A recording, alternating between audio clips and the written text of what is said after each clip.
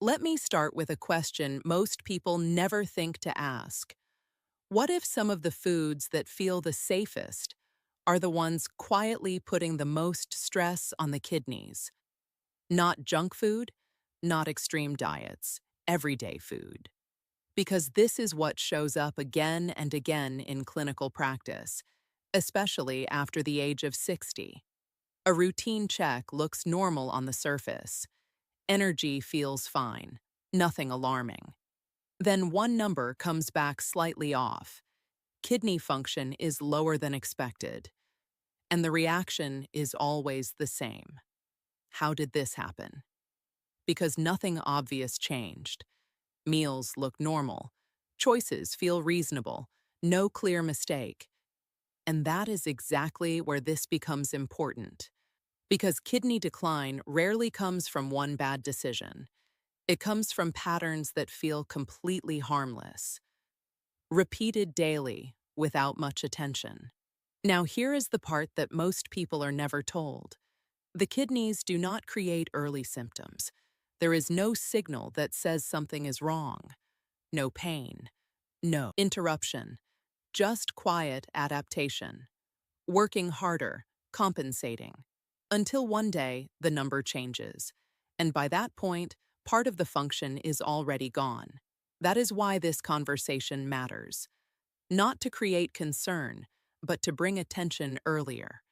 So instead of going through this like a list, let me walk through it the same way this usually unfolds in a consultation.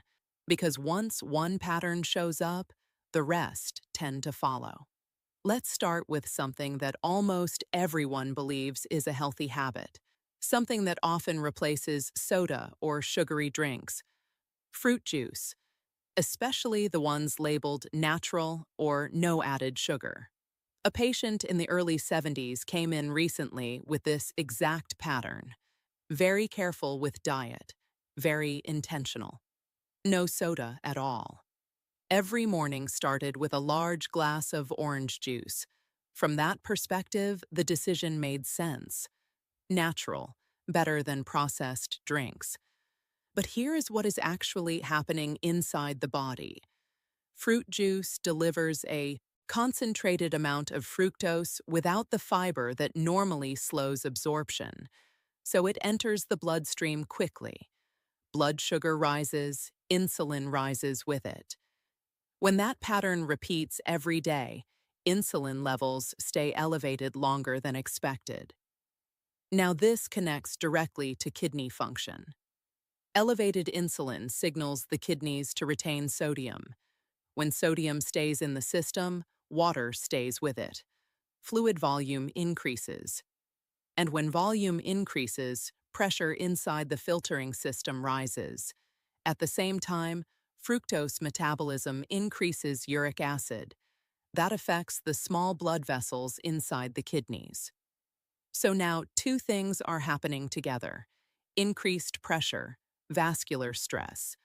Not enough to notice in a single day, but enough to matter when repeated over time. And this is where confusion begins. Because the habit feels correct, the intention is good, but the body responds to what is happening internally, not how something is labeled. So the real question becomes this: how? Many daily habits feel safe, but have never been looked at this way.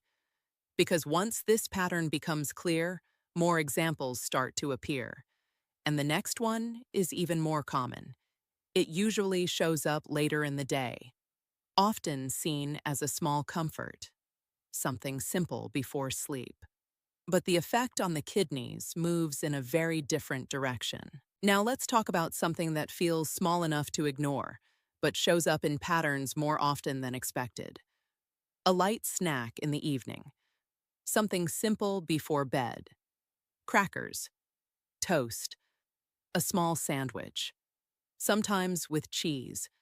Sometimes with something processed on top. It does not feel like much. It does not feel like a risk. But this is where the physiology starts to shift in a way most people never see.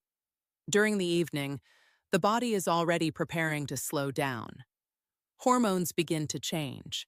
The kidneys are gradually moving toward a lower filtration state for the night. That is the normal rhythm. But when a late meal contains refined carbohydrates and sodium together, that rhythm changes.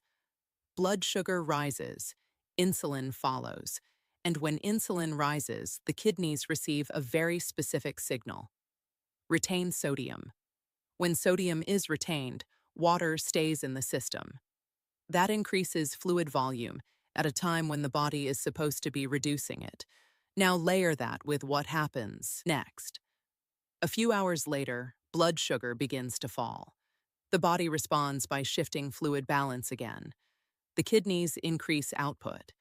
So now, instead of a smooth, stable transition into sleep, the system is moving back and forth. Retention followed by release. This creates unnecessary work for the kidneys during a time when recovery should be happening. And over time, that repeated pattern adds stress. Not enough to notice in one night, but enough to matter when it becomes routine. Now add another layer. Many of these evening foods contain hidden sodium, not from a salt shaker, but built into the food itself. Bread, cheese, processed spreads. These do not taste overly salty, but the total adds up quickly. So now there is more sodium entering the system right before the body tries to regulate downward. The result is a mismatch. The kidneys are asked to manage increased volume at the wrong time. And when that pattern repeats, pressure inside the filtering system rises more often than it should. This is how something that feels harmless becomes a quiet contributor. Now let me ask something very honestly.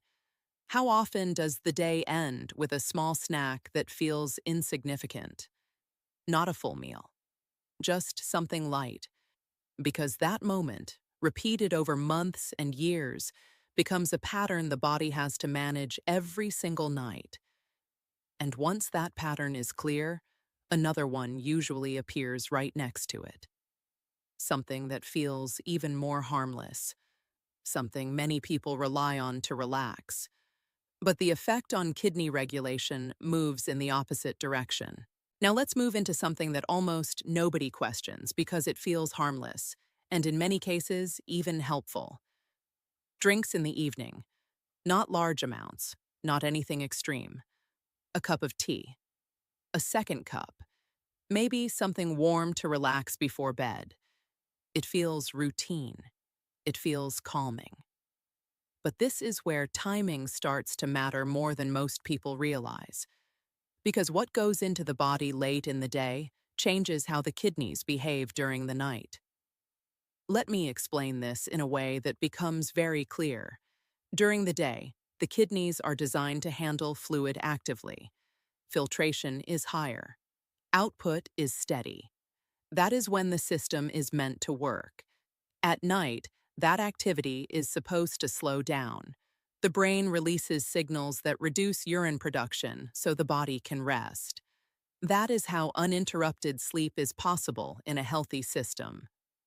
But when fluid intake continues into the late evening, especially in repeated amounts, the kidneys are forced to stay active when the body is trying to shut that process down. Now add another layer. Many of these drinks are not just water. Tea contains compounds that can have a mild diuretic effect. Coffee even more so. Even if the effect feels small, it shifts how fluid is handled. So now the body is receiving mixed signals. Slow down for the night, but also process incoming fluid. That creates a mismatch in timing. And when that mismatch repeats night after night, the kidneys are no longer following a stable rhythm.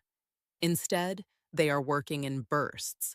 That inconsistency creates unnecessary stress over time. Not dramatic in a single evening, but measurable across years. Now let's tighten this even further. It is not just how much is being consumed, it is when it is happening. Because the same amount of fluid earlier in the day would be processed efficiently. The same amount later in the evening changes the entire pattern of overnight regulation. This is why people often notice something without understanding the cause, waking up once, then twice, then more frequently. The assumption usually goes in one direction: bladder, prostate, age. But very often the pattern begins with timing and fluid handling, not the organ itself, and this is where things start to connect. Because once the overnight rhythm is disrupted, recovery is affected. Sleep quality drops, hormonal balance shifts, blood pressure patterns change, and all of that feeds back into kidney workload. So what started as a small habit becomes part of a larger cycle. Now ask this honestly. How often does the evening include repeated drinks without thinking about the timing? Because that small window before sleep is where regulation either stabilizes or becomes disrupted. And once this pattern becomes clear, there is another category that builds on top of it. This one does not just affect timing. It directly changes the internal chemistry the kidneys have to manage. And it is one of the most commonly overlooked pieces. Now let's talk about something that almost never gets attention, but shows up very consistently once kidney function starts to shift. Ready-made meals, not restaurant food, not occasional takeout. Everyday packaged meals that go straight from the freezer or refrigerator into the microwave. They feel practical. They feel controlled. Portions are clear. Calories are often listed. It gives a sense of structure. But here is what is happening underneath that surface. These meals are designed for shelf life and taste consistency. That means higher sodium, more additives, and fewer natural buffers like fiber and potassium that normally balance those effects. So when one of these meals becomes part of a daily routine, the body is repeatedly processing a higher sodium load without the protective balance that whole foods usually provide. Now connect that to kidney function. Sodium increases fluid retention. Fluid retention increases blood volume. Increased volume raises pressure inside the filtering system. That part we have already established. But here is the second layer most people miss. Additives used in processed meals often include phosphate compounds. These are absorbed efficiently into the bloodstream and require the kidneys to regulate mineral balance more actively. So now the kidneys are not just handling pressure, they are also managing excess mineral load at the same time. That combination increases workload in a very specific way. Not sudden, not obvious, but persistent. Now add the third layer. These meals often contain refined carbohydrates that are absorbed quickly. That drives repeated blood sugar and insulin responses. And as discussed earlier, elevated insulin signals the kidneys to retain sodium. So now all three factors are present at once. Sodium increasing volume, additives increasing mineral stress, refined carbohydrates increasing insulin and retention signals. This is what creates what can be called a stacked effect. Multiple small pressures acting together instead of one isolated factor. And this is why the impact is often underestimated, because no single element looks extreme. But together, repeated daily, the effect becomes meaningful.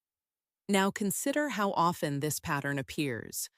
A quick lunch, an easy dinner, something convenient when energy is low. It does not feel like a problem. It feels like a solution.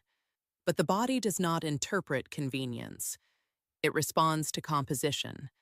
And when that composition consistently leans in one direction, the system adapts in a way that increases strain over time. Now think about this carefully. If the same type of meal is used several times a week, what pattern is being created inside the body? Not today, not tomorrow, but over the next 5 years. because that is the time frame where kidney function begins to reflect these patterns.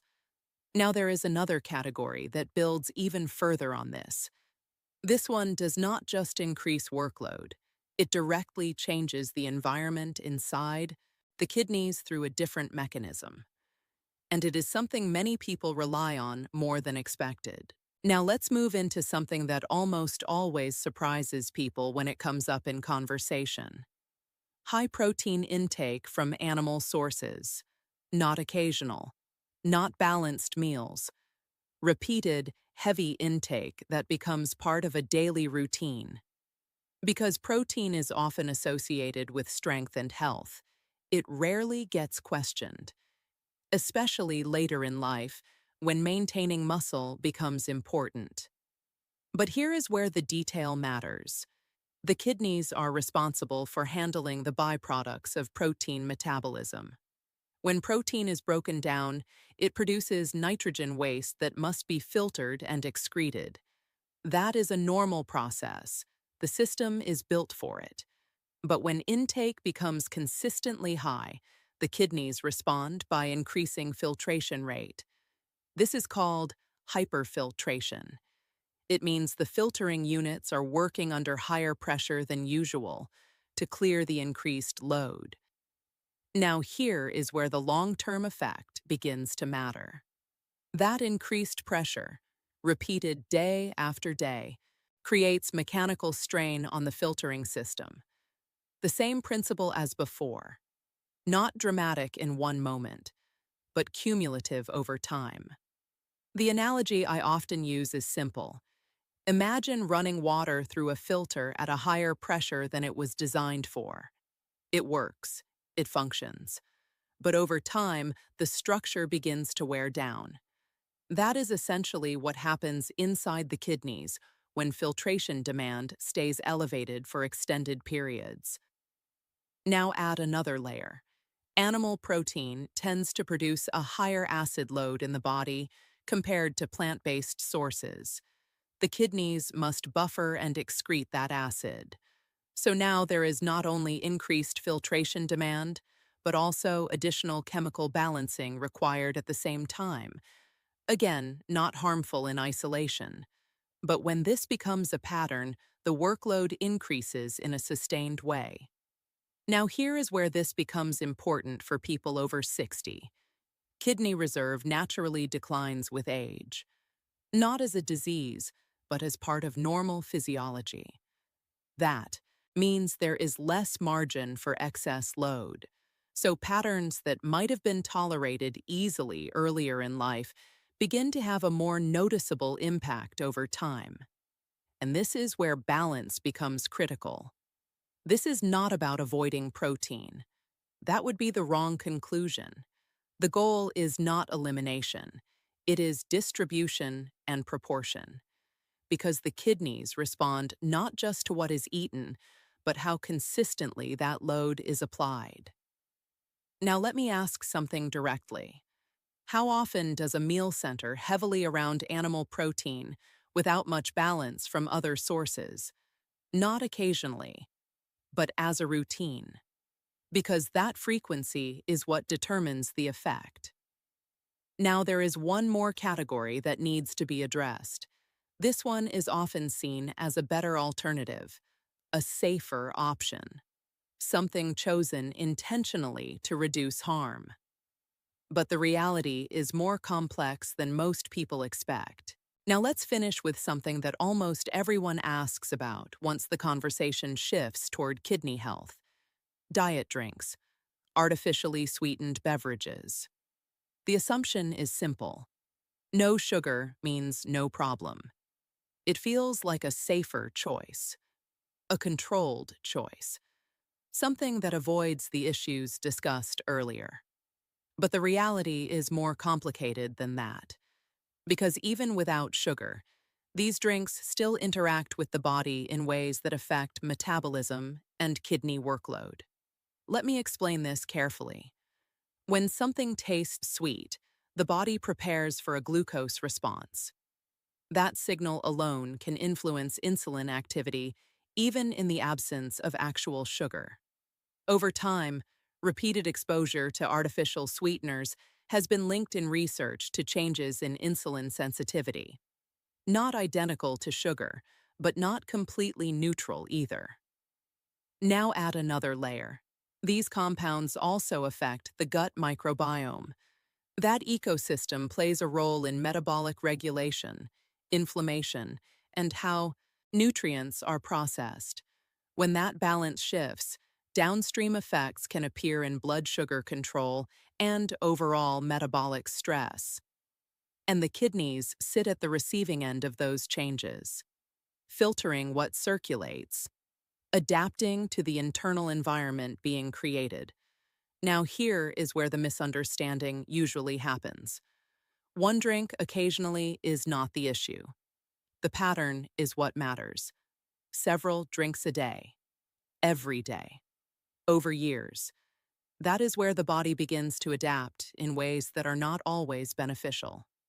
Now, let's step back for a moment and connect everything discussed so far. This is not about one single food.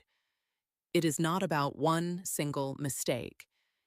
It is about patterns that quietly stack on top of each other. Slight increases in pressure, subtle changes in insulin, small shifts in mineral balance, each one manageable on its own. But together, repeated daily, they begin to move kidney function in one direction, slowly, silently. And this is why so many people are surprised when a lab result changes, because the process does not announce itself. It accumulates. Now, here is the most important part to take away from all of this. Every factor discussed is modifiable.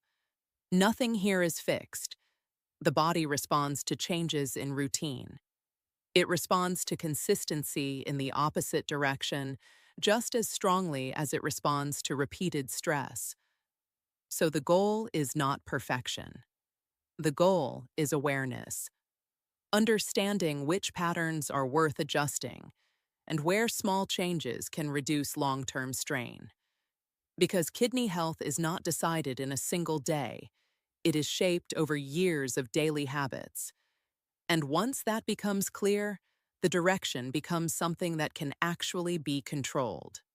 I'm Dr. Olivia Kesson, and after more than 20 years in cardiovascular medicine, I can tell you this with confidence. The body almost always gives you signals before something becomes serious. The key is understanding what those signals actually mean.